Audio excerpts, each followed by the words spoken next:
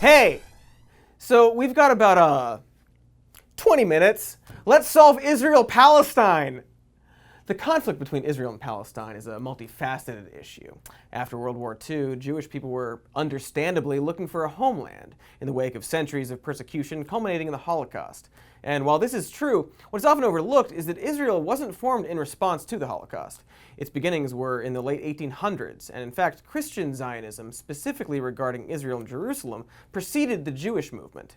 Israeli historian Anita Shapira writes, "The idea of the Jews returning to their ancient homeland as the first step to world redemption seems to have originated among a specific group of evangelical English Protestants that flourished in England in the 1840s. They passed this notion onto Jewish circles." This concept of Christian Zionism remains strong in the 20th century.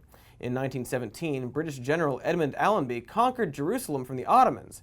Newspapers at the time hailed this victory. They titled General Allenby Richard the Lion-Hearted and praised him for saving the Holy Land from the infidels. They even called it the Last Crusade because the Crusades were good. Anyways, in the early 1900s, Zionism became popular amongst Jews due to the horrific pogroms in Russia. It was also widely supported amongst Christians who believe in the literal translation of the Bible that declared after Jerusalem is saved from the infidels, that God will return the Holy Land to the chosen people, the Jews. This will eventually herald the apocalypse, yada yada yada. Christians will be raptured and spend eternity in heaven listening to Kid Rock. My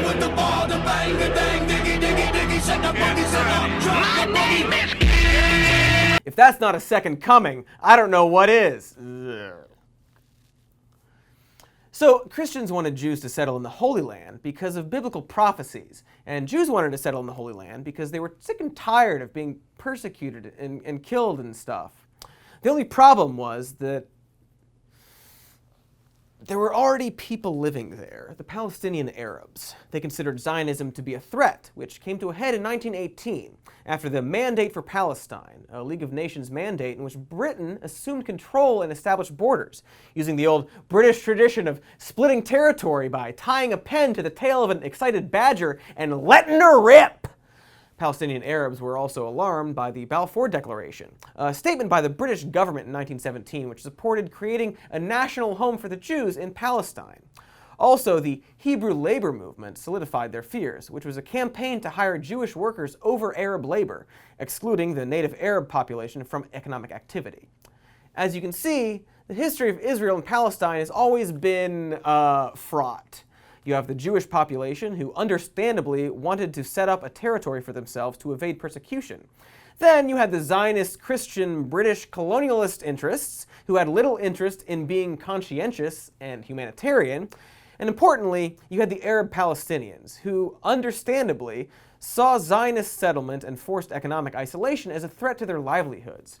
This history is important in understanding some of the bizarre U.S. politics surrounding Israel and Palestine, in a new segment we like to call, "Don't Look in the YouTube Comments Section, Folks, This is Gonna Be a Rough One."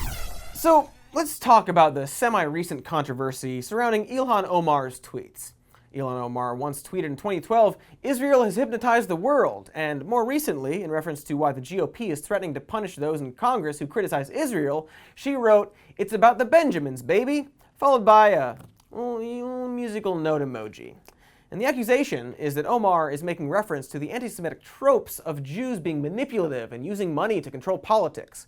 But this accusation brings up a larger question of whether you can criticize Israel and pro-Israel lobbying groups without being anti-Semitic. With her "all about the Benjamins, baby" tweet, Ilhan Omar was, if you believe her statements explaining her tweet, criticizing pro-Israel lobbying groups, not Jews as a whole. And the whole point of a lobbying group is to use money to influence politics. So it's hard to say if this is actually intentional anti-Semitism. And in terms of the "Israel has hypnotized the world" tweet, the language could be interpreted as playing into Jewish puppet master tropes. But it's also the same language we use to criticize governments all the time. Terms like hypnotized, mesmerized, puppeteered, or manipulated have been used to describe various governments and administrations, so it's not a term that's exclusively used as a dog whistle. But given the history of Jewish people being stereotyped as being manipulative, it'd be more sensitive to use other language, something she's admitted to. So could she have worded it better? Yes, absolutely. Is she secretly anti-Semitic? We can't read her mind, and know, but she's explicitly said she was referring to Israel and AIPAC, not Jews as a whole, despite very honest people claiming she said, quote, "the Jews hypnotized the world," which she has not said, you absolute fucking liars. And she's spoken to Jewish community leaders, apologized for her statements, saying, "Anti-Semitism is real, and I am grateful for Jewish allies and colleagues who are educating me on the painful history of anti-Semitic tropes. My intention is never to offend my constituents or Jewish Americans as a whole." But, maybe this is all just disingenuous backpedaling in reaction to the flack she's getting. If only we had a video recording clearly stating her opinions about the Jewish community and Israel from before the controversy. Holy shit, that was quick. Apparently, in February of 2017, when we still used videotapes, she spoke out about a bill that would ban Minnesota from contracting with vendors participating in BDS, Boycott, Divest, Sanction, that boycotts companies that profit from occupied territories.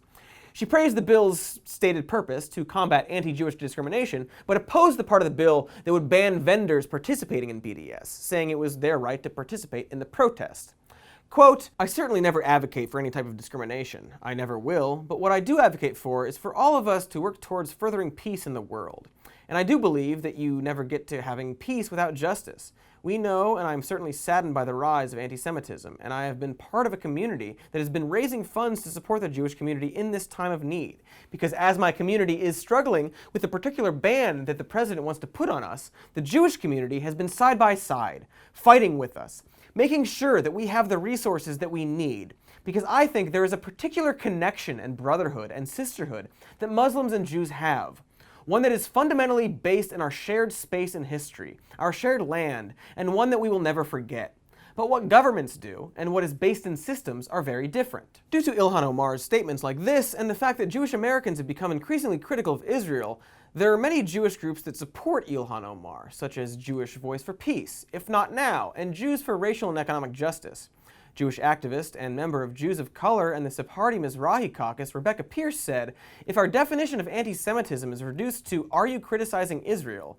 you have no ability to grapple with someone like Richard Spencer." This is a particularly significant statement, given that Richard Spencer is actually a vocal supporter of Israel. Do we have a clip of Richard Spencer? Become kind of a symbol? That's right. The white supremacist with a haircut known as the greased-up possum calls himself a white Zionist, praising Israel's white ethno-state model. He's especially fond of Netanyahu's nation-state law that officially defines Israel as a Jewish state and reserves the right to self-determination exclusively for Jewish people, a move that has upset Israel's 21% Arab population and other people. Spencer has said this move has showed a path for Europeans, and that he wants a similar nation exclusively for whites, saying, "I want us to have a secure homeland for us and ourselves, just like you want a secure homeland in Israel." So does this mean that Richard Spencer isn't a reprehensible anti-Semite who probably smells like chicken grease and wet wipes? No.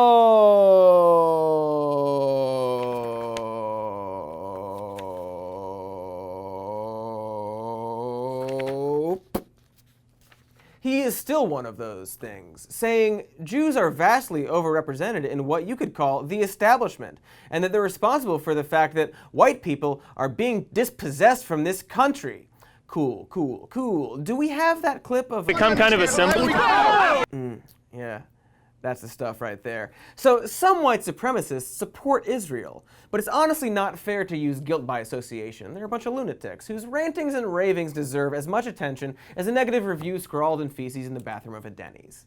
It's important to note that just as supporters of Israel can be anti-Semitic, critics of Israel are not necessarily anti-Semitic.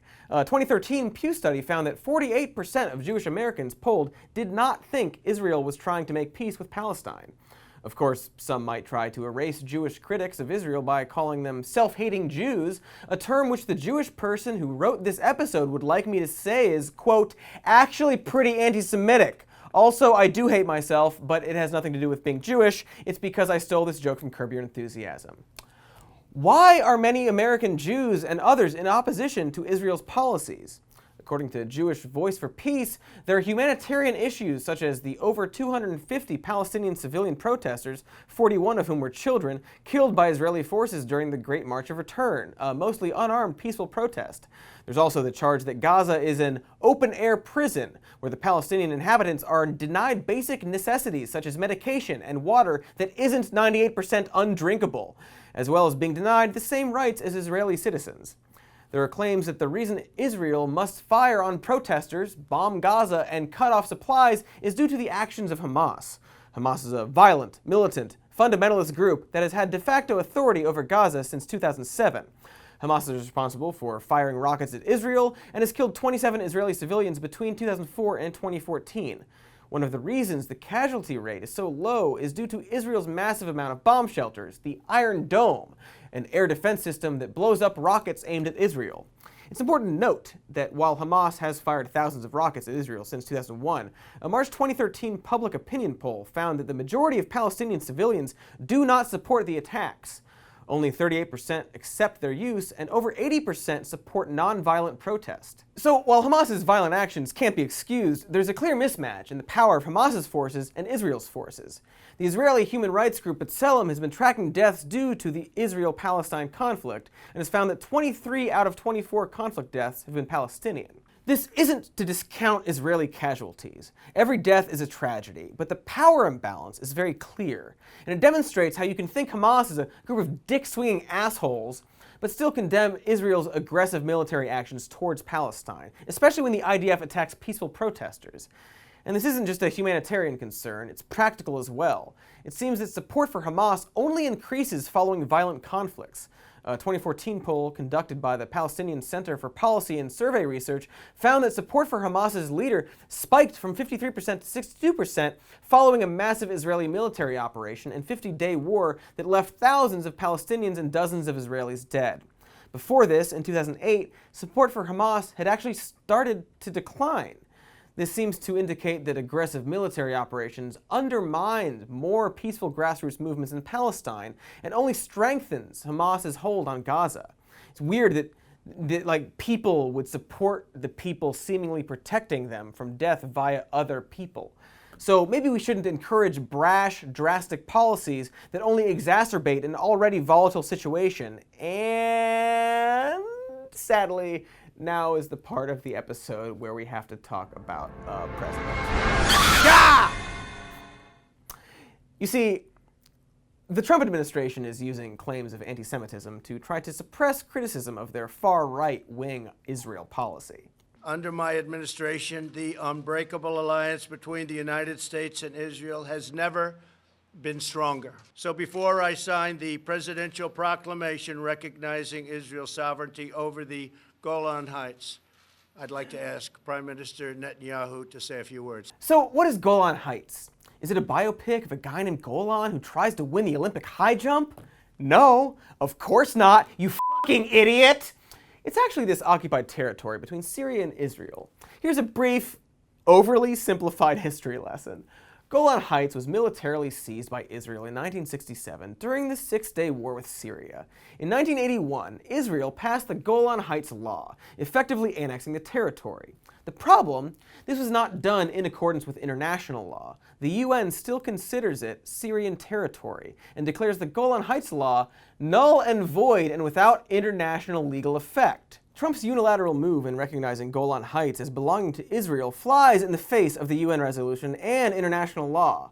Although this is mostly a symbolic gesture, it does have very real and serious implications. It undermines the validity of international law, a potentially dangerous precedent. It also tanks any peace deals between Palestine and Israel. Instead, the U.S. declaring that the Golan Heights belongs to Israel shows Palestinians that the U.S. is not acting in good faith and will unilaterally and unconditionally support Israel.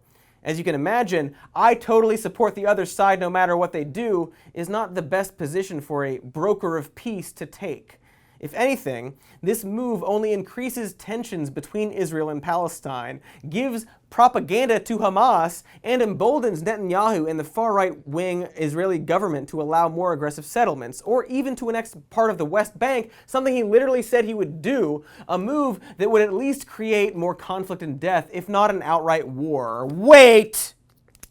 the U.S. carelessly does things that could end up sparking civil war in the Middle East? Wowee! And holy heckaroo! So, Trump's decision is, at best, highly risky, and at worst, a cynical political calculation to rile up his base and bolster support for Netanyahu. It could also be an attempt to turn Israel into a partisan issue, which it actually hasn't been. Mainstream Democrats and Republicans have both supported Israel, either unconditionally or with soft conditions. Neither party really imposes any consequences should Israel continue with settlements or shoot unarmed protesters, although Democrats have started to critique Israel on these issues. The new emerging left, including Ilhan Omar, is becoming even more critical, and Americans in general have also seen a shift in attitude. In 2015, 47% of Americans described Israel as an ally. In 2019, that number dropped to 37%. And in 2018, 38% of liberal Democrats sympathized more with Palestinians than with Israel. So, in order to both quash dissent on Israel and to attack the left, moderate Democrats and Republicans, who have always used claims of anti-Semitism to attack sympathy towards Palestinians, have gone from subliminal to liminal to superliminal. Anti-Zionism is anti-Semitism. Superliminal? I'll show you. Hey, you! Join the Navy!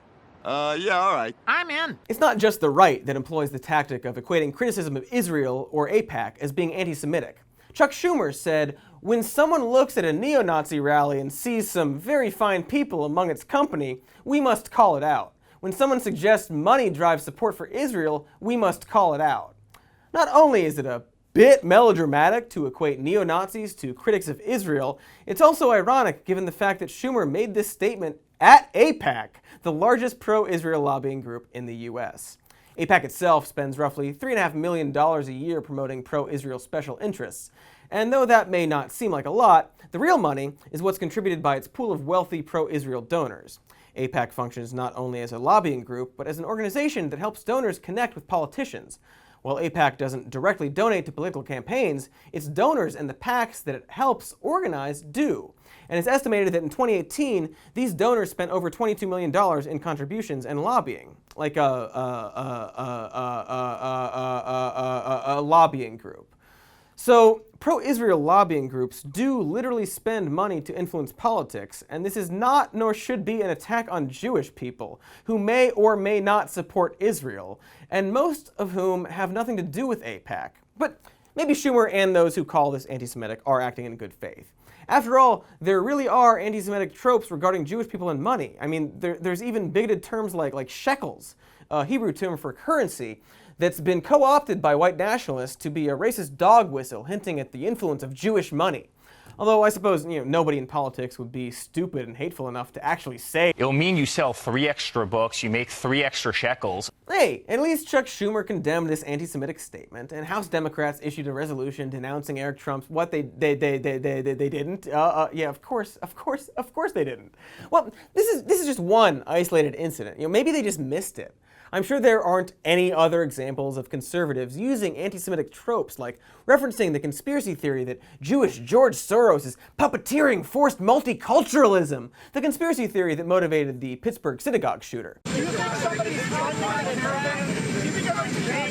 I wouldn't be surprised. Yeah, I wouldn't be surprised. No, I wouldn't. I don't know who, but I wouldn't be surprised. A lot of people say yes. Okay, well, at least he didn't call neo-Nazis and their associates very fine people. No, yep, wait, he did do that. He definitely did do that. Well, at least he didn't imply that Jewish Americans aren't Americans. You see, Ilhan Omar has been accused of using the dual loyalty trope, of implying that Jewish people are loyal to Israel. Why has she been accused of this? Because she's criticized American pro-Israel lobbying groups, which somehow means she thinks all Jewish people are loyal to Israel. That seems like a bit of a stretch. Sometimes so stretchy, in fact, that people will claim that she accused all Jews of having dual loyalty, putting dual loyalty in quotes, implying that she said those words ever, despite her literally never saying those words ever. So yeah, bit of a stretch. I mean, but it's not like she implied that Jewish citizens are actually Israeli citizens. You'd have to be an incredibly stupid politician to do that. And let me guess, you're about to show me a clip of Donald Trump telling the American Republican Jewish Coalition that Netanyahu is their prime minister, implying that they're not real U.S. citizens, the very sort of dual loyalty anti-Semitism that Republicans have been, without evidence, accusing Ilhan Omar of. But I stood with your prime minister at the White House. There it is. And can we get a stinger of Fox News very bluntly and literally accusing Ilhan Omar of dual loyalty? Omar and Rashida Tlaib, who you referred to, it's almost as though they think they're representing another country. Yeah, that's the stuff. So, Trump and Fox News are a collective of racist maggots parading around in human flesh vehicles. But what's new? Trump's gonna Trump. It's not like there are examples of blatant anti-Semitism actually coming from Israel's leaders, like Netanyahu or his family. That would be completely absurd. We're gonna find out that it's actually the case. Yeah. Netanyahu's son, Yair Netanyahu, posted a meme of George Soros' head superimposed over the happy merchant image, a virulently anti-Semitic image depicting a Jewish person rubbing his hands together, usually used by white nationalist forums such as Stormfront and 4chan. The image seemed to imply that Soros was part of some kind of Jewish reptilian global conspiracy, which, I'm sorry, we're still accusing people of being reptilians? That is ridiculous, all right? Don't you know that it's the Boer people who are pulling all of the strings? Do your research, people! Anyways, Yair took the meme down after heavy criticism, but he was defended by, David Duke, cool. Well, you can't help who jumps to your defense, all right? But you can help who you have dinner with. Yair Netanyahu broke bread with Sebastian Gorka. Gorka is known for his impossibly large head and for his support for the Hungarian Guard, a neo-fascist anti-Semitic paramilitary group. Maybe Netanyahu's son is just going through that rebellious, making friends with probable Nazis phase. Unfortunately, Netanyahu himself seems rather Machiavellian. We don't need AIPAC anymore, Benjamin Netanyahu mused to one of his advisors a few months ago. We have enough support in the United States from the evangelicals. I'd happily give up on AIPAC if we didn't need to counteract J Street. Netanyahu's also given Hitler sort of mulligan on that whole Holocaust thing. In a speech for the World Zionist Congress, Netanyahu claimed that in 1941, the Mufti of Jerusalem was the real architect behind the Holocaust. Hitler didn't want to exterminate the Jews at the time, he wanted to expel the Jew. And Haj Amin al-Husseini went to Hitler and said, if you expel them, they'll all come here, to Palestine. According to Netanyahu, Hitler then asked, what should I do with them? And the Mufti replied, burn them. And it's important to note that the vast majority of historical scholars do not think Husseini had anything to do with Hitler's final solution, and there's been no corroboration of this dialogue between them ever taking place. This whole Hitler didn't even want to kill Jews is a pretty weird flex on Netanyahu's part, but okay. So is this to say Netanyahu and his son are anti-Semitic? No. More realistically, he's acting in the way that politicians do, making cold, strategic calculations that promote their far-right-wing agenda, even if it means having odd bedfellows with anti-Semites like Hitler, kind of. And that means that we should be wary when critics of Israel are labeled as anti-Semites, because it's a term that has been abused or ignored depending on which side of supporting the Israeli government you land on. This is a problem not only because it silences dissent, but because anti-Semitism is a very real issue. Reducing the meaning of it to simply indicate whether you're pro or anti-Israeli policy while ignoring the actual vitriolic cases of anti-Semitism is a deeply cynical and dangerous political philosophy. As a final note about the motivation for this video, the writer of this episode wanted me to say this. I'm going to pretend it's written down here. I remember going to the family cabin with my dad and family. A neighbor once came up and knocked on our door, not knowing we were Jewish. My dad answered and listened as this neighbor went on a rant about how Jews were ruining the community. My dad was terrified. Here he was, Jewish, with 2 young children and his wife, miles and miles from any potential help. He was afraid of what this man, our neighbor, might do if he found out my dad was Jewish. I remember the times I received comments for being Jewish, high school friends, claiming Jews started most of the wars, that Jews killed Jesus, and that's why people don't like them. The idea that someone could hate me just because of my ancestry has always been a frightening, sobering reality, and having that terrible specter of hatred used as a callous political tool to silence dissent regarding Israel's policy makes me feel used, dehumanized, and angry. I realize that bearing my feelings here is pretty heavy, so to lighten the mood, I'm going to write some funny words in this script for Cody to say. Poop, butt cheek, wiener farts, turd dangle, nipples, and finally, D's nuts. Thanks, everybody. I've been News. Time to, check out that comment section. I bet it's real nice down there.